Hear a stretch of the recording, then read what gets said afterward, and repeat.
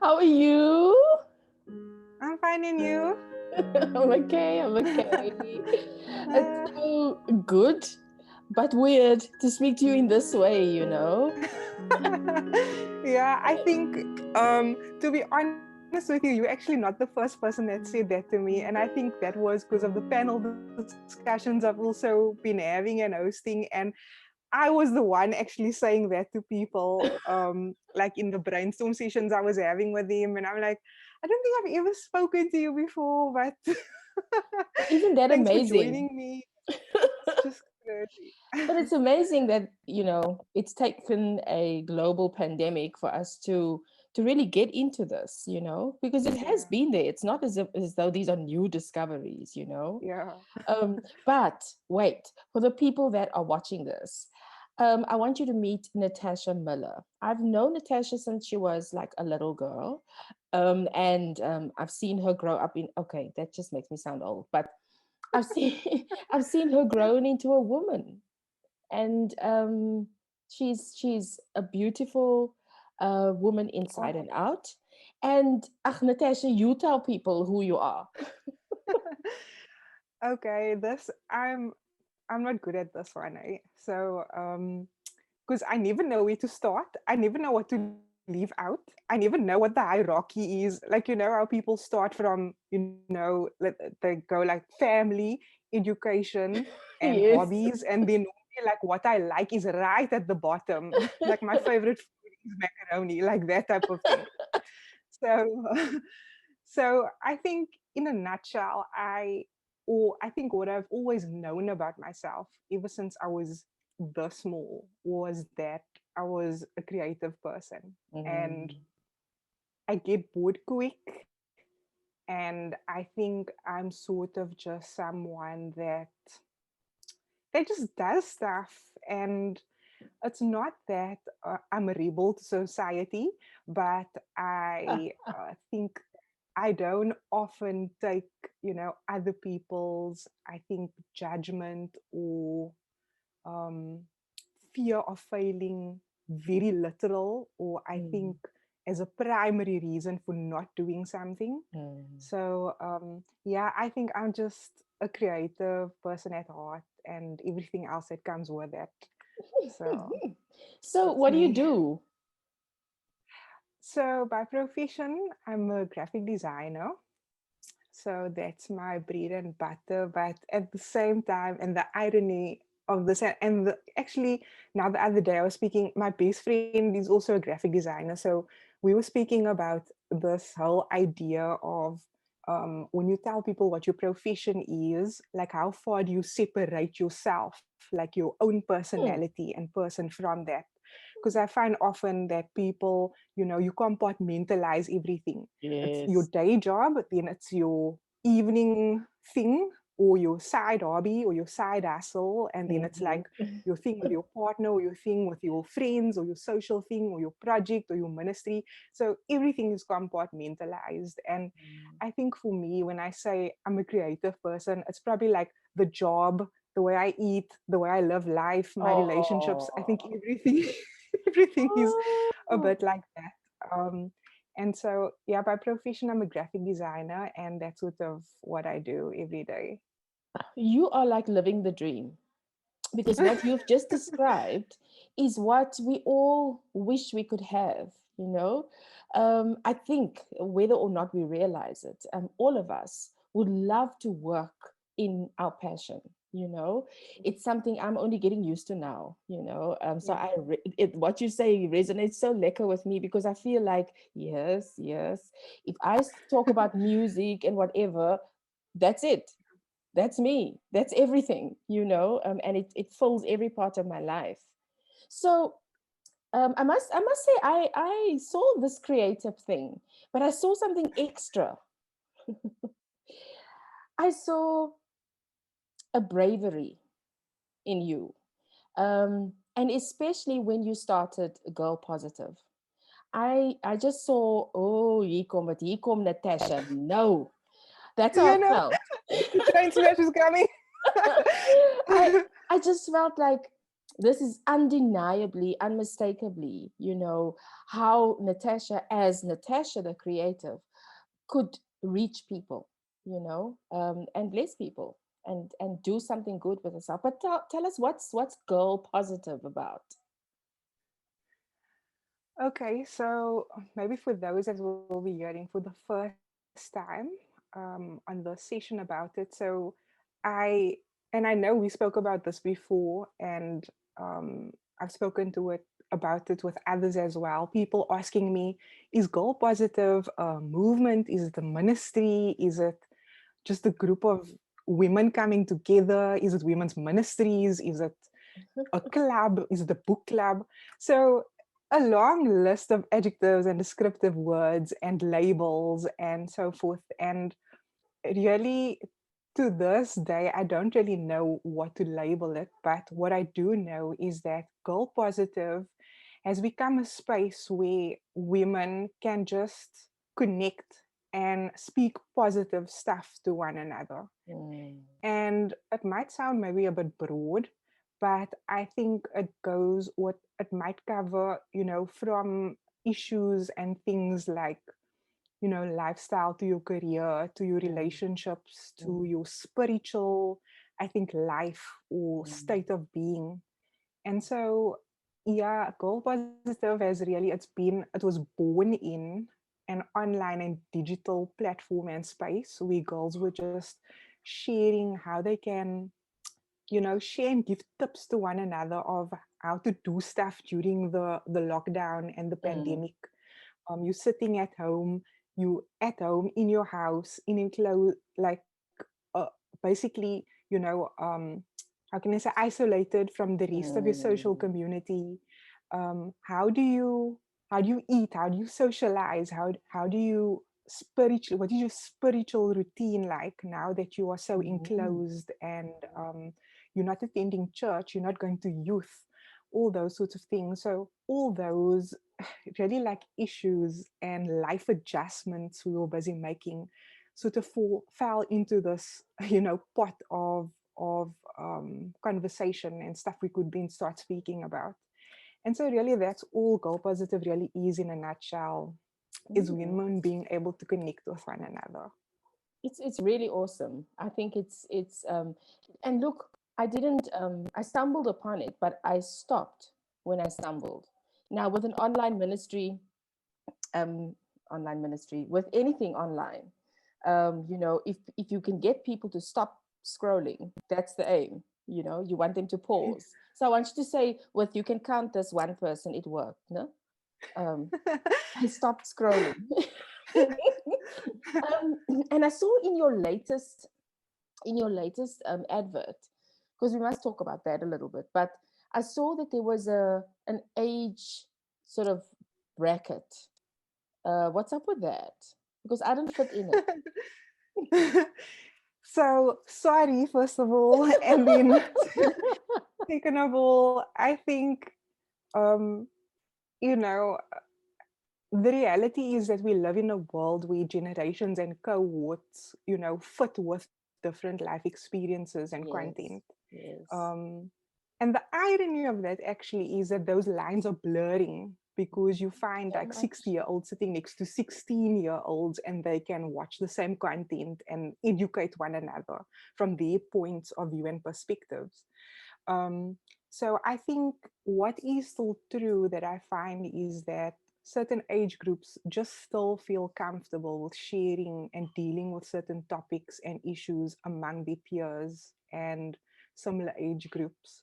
So I think that speaks to, you know, um, the fact that even though smaller cohorts and groups are important and that has its place, Girl Positive still wants to be able to allow young people to come into the experience and the value of older women and to bring older women into the experience and thinking of younger women.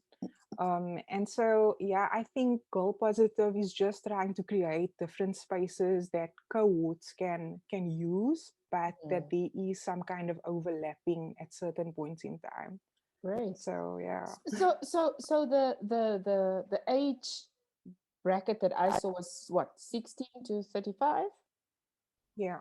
So that is traditionally, um, and I mean, it may be a tradition that we need to modify, but it's traditionally youth age, you know. That's good. And I Yeah. feel like in today's setup, and especially in the current pandemic, with these lockdowns and isolation and things like that, I think it's incredibly important that we find ways for young people. Now, I'm going to be honest with you. I Mm. thought that when it was clear that we have to do things online in order to connect with our church family, and the different church ministries, the different church departments, I thought young people would be at the fore. I thought young people would be the people, in their droves, because I mean, Zoom is like, I mean, it's like chips for young people. And to be honest, Natasha, I'm not seeing that. In fact, the opposite is true. I'm a little worried, that our young people are, where are they? Who's holding their spiritual journey? You know, Yeah. what do you think about that? Yeah, I think that is, I agree with you. And to speak to your question about, so where are they and what's the spiritual accountability? And so what's happening then on the platforms where they actually are finding themselves?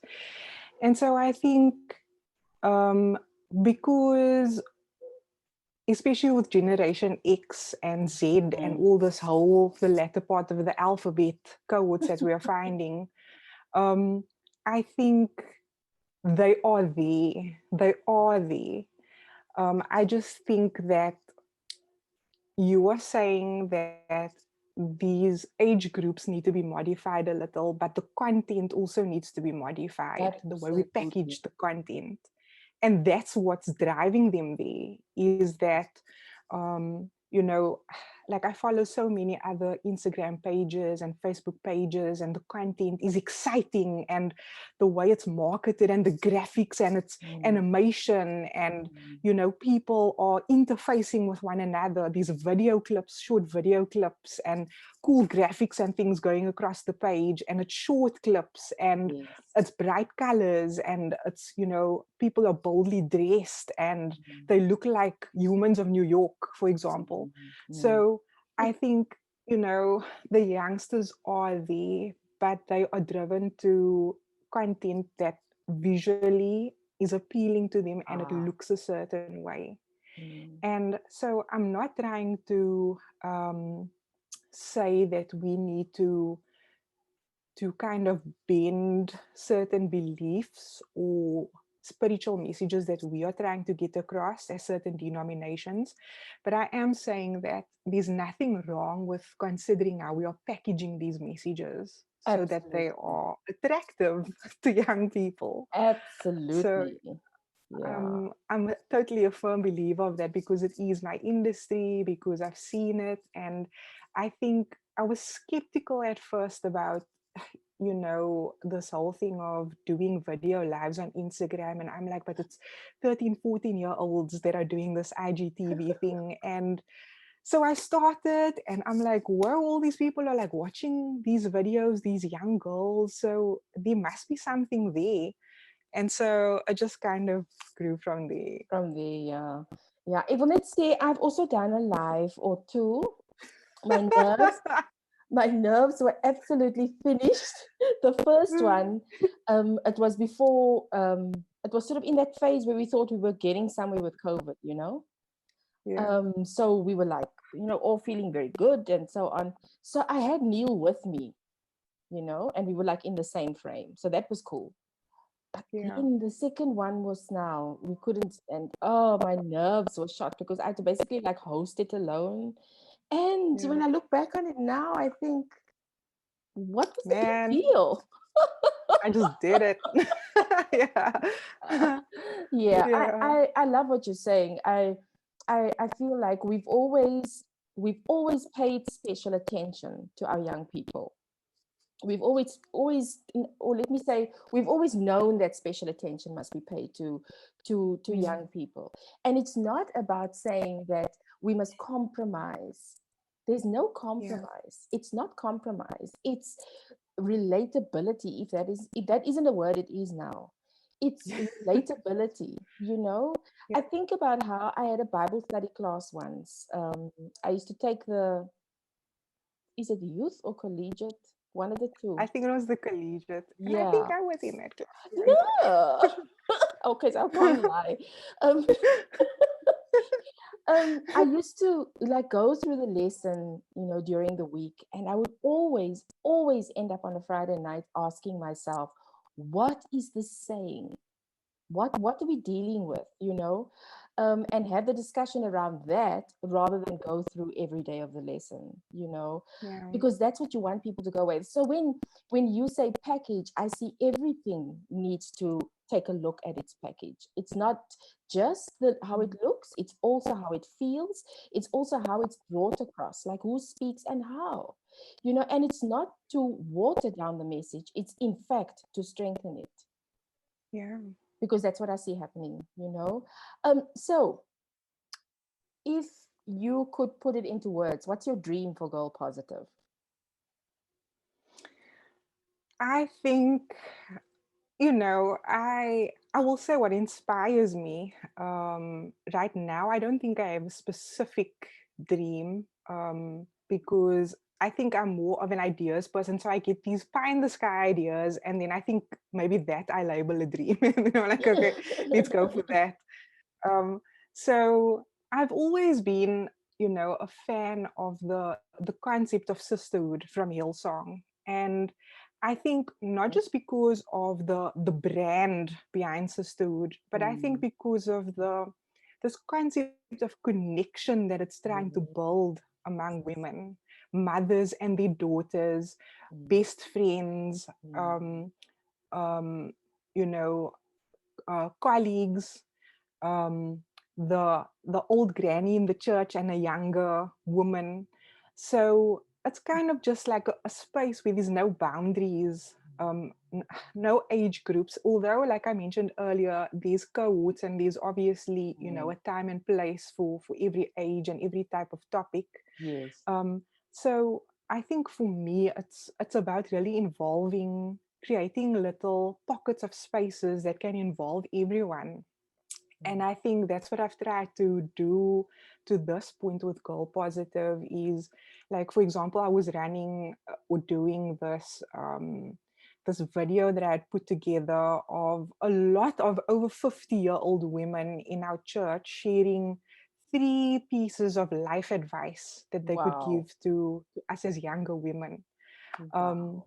and although it was a challenging task having to WhatsApp these aunties and, either maybe get their sons or their daughters to send me the videos, and these aunties saying, no, no, no, no, I want to send a video. And then they don't know how, then you have to explain to them, why don't you rather do a voice note or something? So they were willing, they were really willing to want to share. Um, and I think it was so interesting for me to put that together, compile it and package it, and then sort of send it out into the open space and have Mm, all these, younger women like myself, even my mom, mm, just gain all this kind of, just like life advice from these women. And so I think it's really about, like I said, creating spaces where women from all backgrounds and age groups can just come and interact and connect with each other. wow. Wow. Wow. Wow. Wow. Can I just say, no? Um, I'm going to be 50 this year. Hey, so I'll be one of those old aunties. But Half a century not out. Cindy, but at least I can record a video. I can send a video. I can even edit a video, like page one editing. Um, No, that's awesome. what else have I done? So here's why here's why I'm mentioning this. Um, More and more people are finding their online voice, and I love it. I'm seeing it Mm. happening so often, and I love it. And I wondered if you if you'd had any chance to think for yourself, like, how does this fit into the more organized structure of the church now? You know, Mm. because I believe that it's a feature that should be here to stay. I don't think, you know, I don't think we're going to go back to the way we were. And I think, No. we need to let go of that. We can miss Yeah. it, we can reminisce and all, but, the pain in our heart to go back the way to things were, we need to pray about that because we need to look forward now. So what do you think? Where do online ministries, I'm going to call them ministries for lack of a better broad term, no? Mhm. Where do they fit into the churches, like the organization of the church? So this is actually a quite difficult question, but it's a very interesting one, and it begs me also to think. Actually, Mm, now as I'm sitting here, I'm having to really reflect and think on that, because I have to ask myself, if a board gets together, then where does Girl Positive fit into that conversation? mm, if mm, um if I can use that kind of as mm, like a mm. structural, example. And I think that online ministry as it stands now already has almost surpassed, I think, church structure. Maybe I should say this very carefully. Um, because I think lots of people have just taken what's already existed in the church structure, for example, like a Sabbath school Mm, or the 11 o'clock sermon or pathfinders in the afternoons, and they've just kind of relocated it to Zoom. mm. And so the same thing that would happen face to face happens, on a On digital Zoom. platform. But Mm. I think what is starting to happen is that the times of different things are shifting. The way that people are kind of experiencing or coming into contact with the content is also different. So you might Wow. find that older people now are watching younger people's content and vice versa. um, there's no more boundaries between content Mm, or mm, church departments, online departments, if I can put it that way. And so I think instead of just sort of allocating or relocating the existing church structures or departments into the virtual space, it needs to, I think, look at, so who are we trying to reach and what are we trying to do there oh, I actually? love this. Because I think now it's not just your church and its members, it's the world. If you don't have, privatized settings on your meetings and so forth, or you streaming through Facebook or YouTube, the whole world can now have access Mm, to your content, and it doesn't just stay in the, the local church community or family. And so I really think, to then answer your question, I think that is yet to be discovered, where exactly these ministries will sit within the structure. And then my question is even, do they need to sit in that structure? I'm so glad you And why mentioned can't that. they just why can't they just Be. flourish and Yes, grow on their own as they have been? yes. Because I do believe that for those ministries that have moved with prayer and have moved with impossibilities becoming realities in the ministry, they are seeing that we just need to go with God. And there's no one else that can hold us accountable but Mm, ourselves. And mm, so I think there's a lot of room for creativity. There's a lot of room, I think, for teamwork. I think there's a lot of room for brainstorming, church leaderships or teams or groups coming together and saying, listen here, let's work out some sort of like online contingency plan. And just, yeah, I think just now is the opportunity for church structures to do that and to be willing to, I think, break out of certain rigidities of the structure that maybe is not necessary anymore, mm, and that might be keeping us spiritually rigid.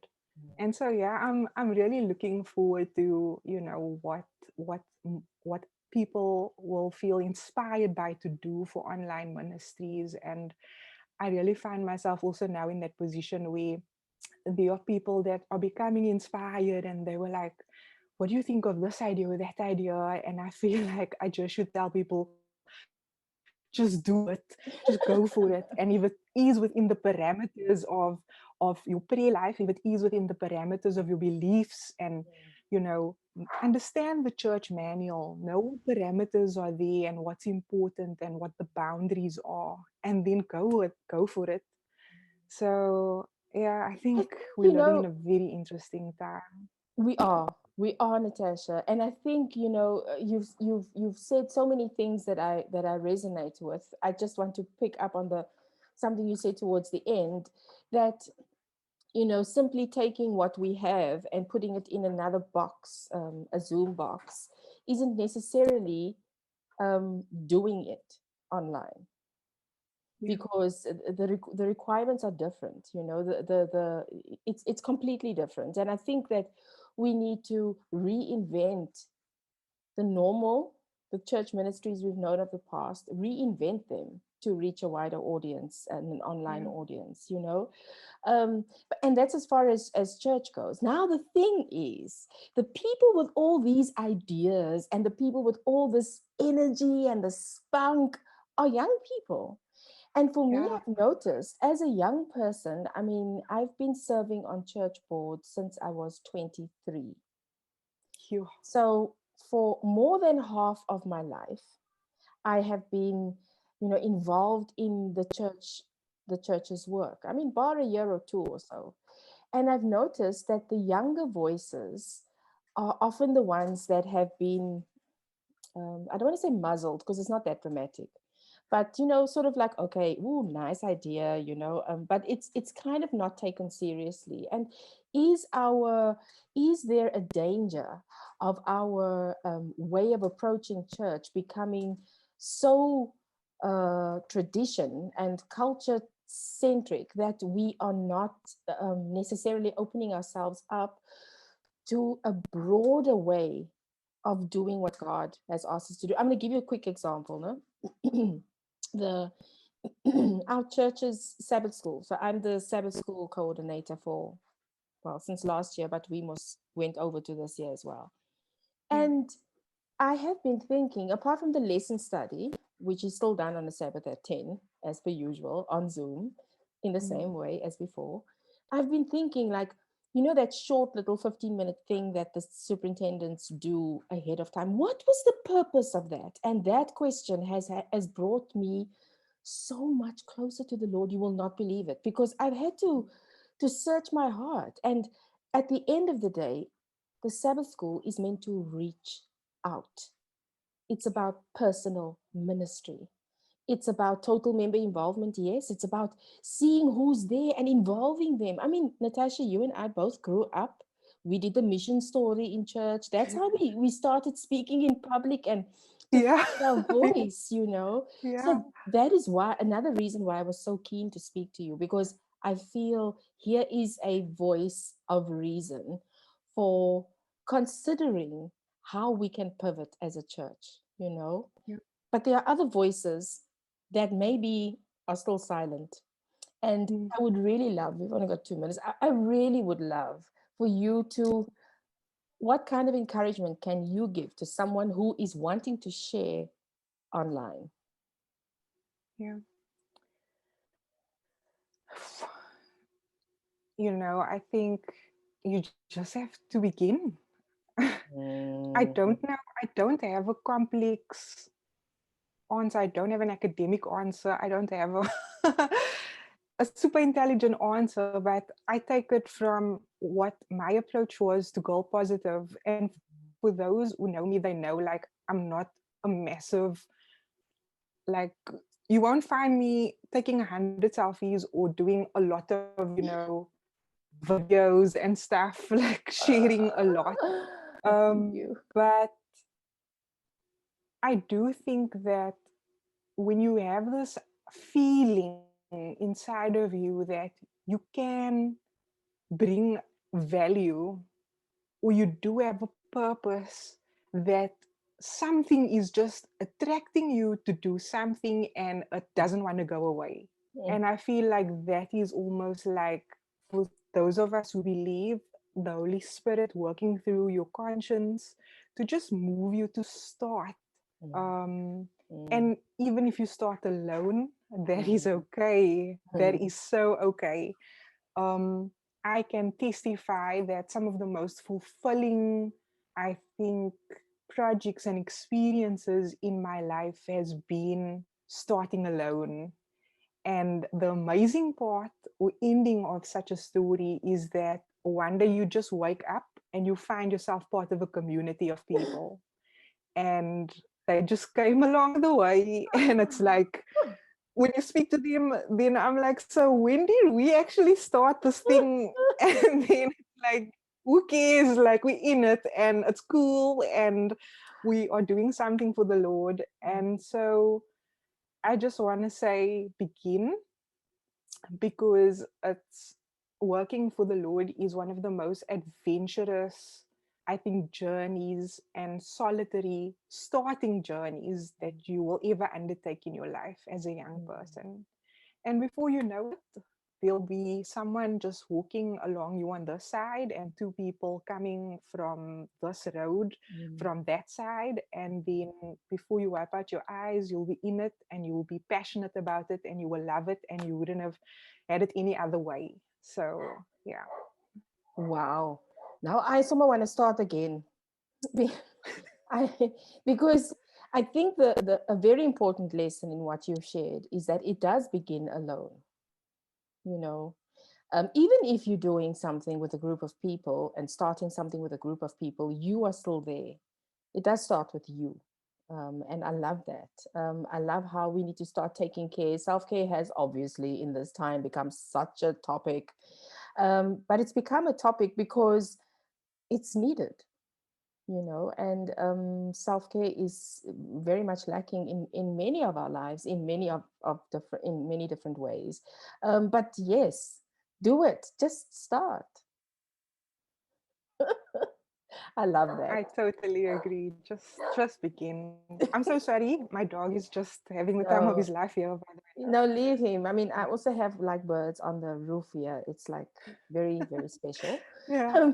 So I'm going to put up the poster of the 1st of February, which is by the time you see this, it will be the time, the day of the thing. So please have a Yeah. look. Please have a look. Support this in any way that you can, and just look at what an honest approach to what can I do results in.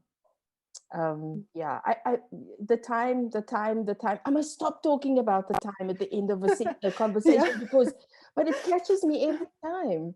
I keep thinking, yeah, because it's like when you start talking, you like get into it, and I just want to say thank you, Natasha. I want to say not just for this conversation, but thank you for being such a strong example of what you can do with your life and still be a girl who loves the Lord.